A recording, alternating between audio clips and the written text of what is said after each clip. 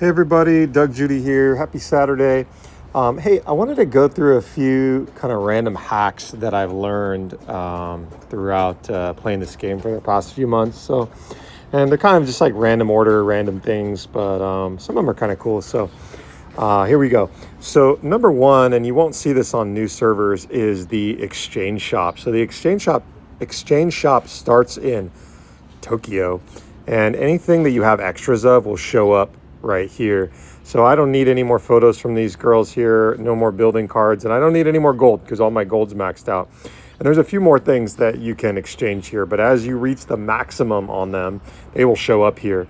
And then while you're in Tokyo, you can exchange photos, which you probably know, but I wanted to kind of dovetail into the next one with that, which is the monthly card. So if you purposely pick a girl that you have all of the photos for, let's just say, she will start to show up. The extra photos will start to show up in the exchange shop in Tokyo. And that exchange shop, you can exchange for tickets to advance the subway line. And here in Bali as well, we're sitting in Bali. So if I wanted to hit exchange right there, see, these are all the extras I have, right? So I could just tap this till I exchange, and then that'll give me enough tickets to advance the subway line, which I'm going to do right now so that I can use them all up, right?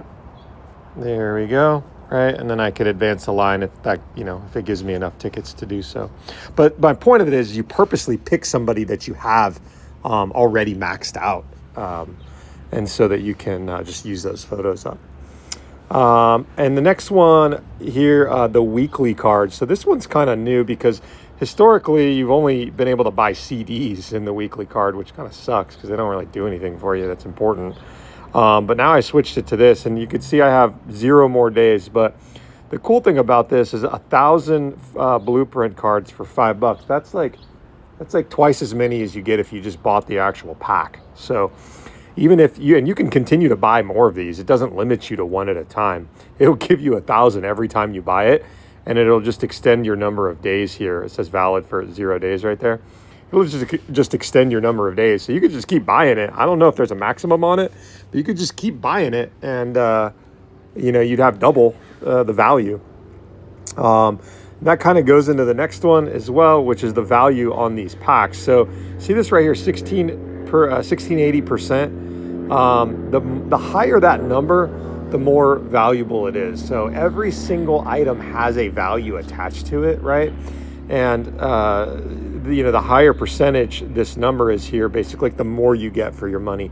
So these value packs here, these 500%, they give you 900% on that one because nobody ever buys it. 500%, 525, 585, whatever.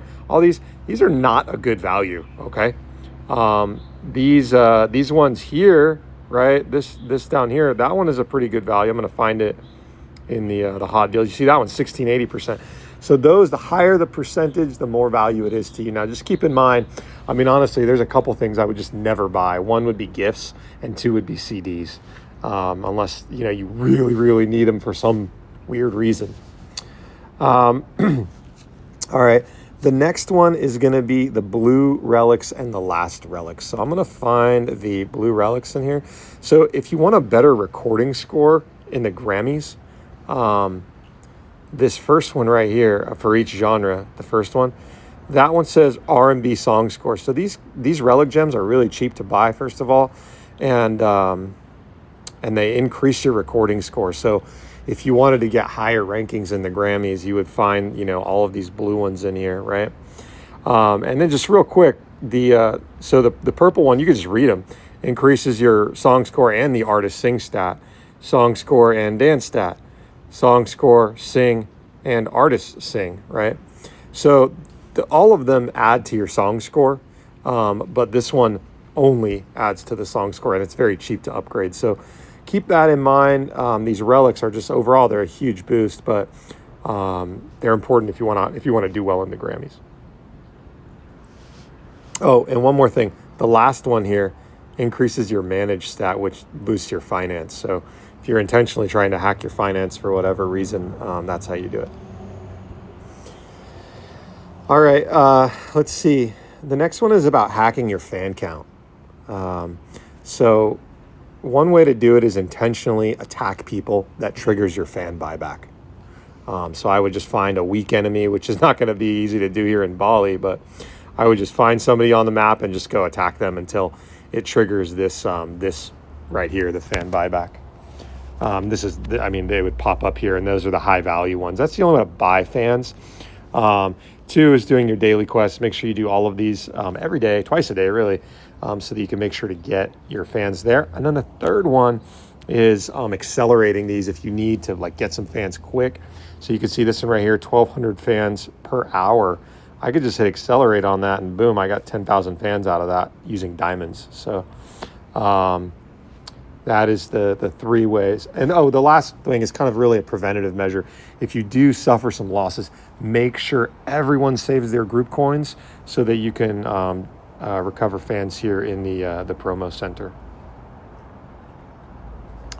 All right, so then the next one I mentioned, the monthly card and the weekly card. So the monthly card, you're paying here. If you just want to, kind of similar to the weekly card, you can just buy it and you get 100 photos straight away. So, and then you get 50 a day. So you could just, if you need somebody specifically like Aurora, you could just hit buy. You get 100 photos for $10. That's like 10 cents per photo. You're not really going to be able to buy them any other way. Even playing the competitions here, they probably are, for what you're using in items, you're going to be spending more than 10 cents per photo. So, the next one is what I would call hyper boosting. So when I look at, let's just say my car core, for example. So these are not even levels here, right? This one's 24. And so I focused on boosting my attack here in this case because I have a really strong defense. I have a lot of defensive assets. But if I had a higher offense than defense, I would want to boost the defense. So I would really just want to spend all my stuff boosting this one. And the same goes for anything else too. Boost whatever one is you're short on, right? And this is going to kind of dovetail into the next one here, which is called the Genreless build. So instead of picking all these girls in at one genre, you pick 5 girls that boost these that have skills that increase normal damage and skill damage. So Claire is one of them. You can see here, Claire, increase skill damage 20%, increase normal damage 50%. And then the other ones, I think Alice is one, wherever the heck she is on here, right here. I haven't messed with her too much on this one, but another one is Aurora, right? And I think there's some other ones in there, but yeah, so you put 5 girls, no matter what the genre is, that increase normal damage and skill damage, right? And so that's going to give you a pretty weak defense, yeah? But again, if you go back to your car core and some other things here, you can just jack up the defense this way. So you can overcompensate with defensive assets and overcompensate with your car core. And then that's going to just your normal damage and your skill damage are just going to be so high that that's how that works. So that's the idea behind it. Let's see here. Okay, so I kind of talked about the next one already, which is converting, using the conversion to get more EXP. These all convert to EXP. So you saw gold on there, right? But you're a long ways away probably from maxing out all of your shops. But once you do, you'll start to see gold. You can spin gold into EXP. You see it's a 10-to-1 ratio.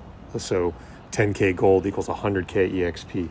So, that might be a silver lining in finance. So if you have a high finance, you're going to max your shops out sooner because you're going to tour more. And then you'll start to you be able to exchange and increase your EXP sooner. All right, the next one is what's called a wall jump. So I'm just going to find a photo of a wall jump here.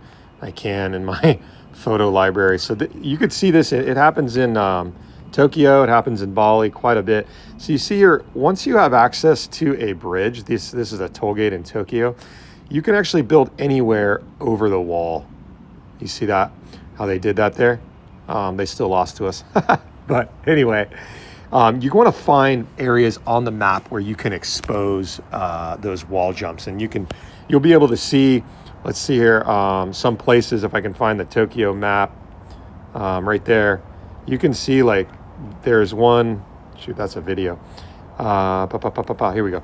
You can see there's one right there, and you go in, you see that? That's like a really good spot to wall jump because it indents towards the tower.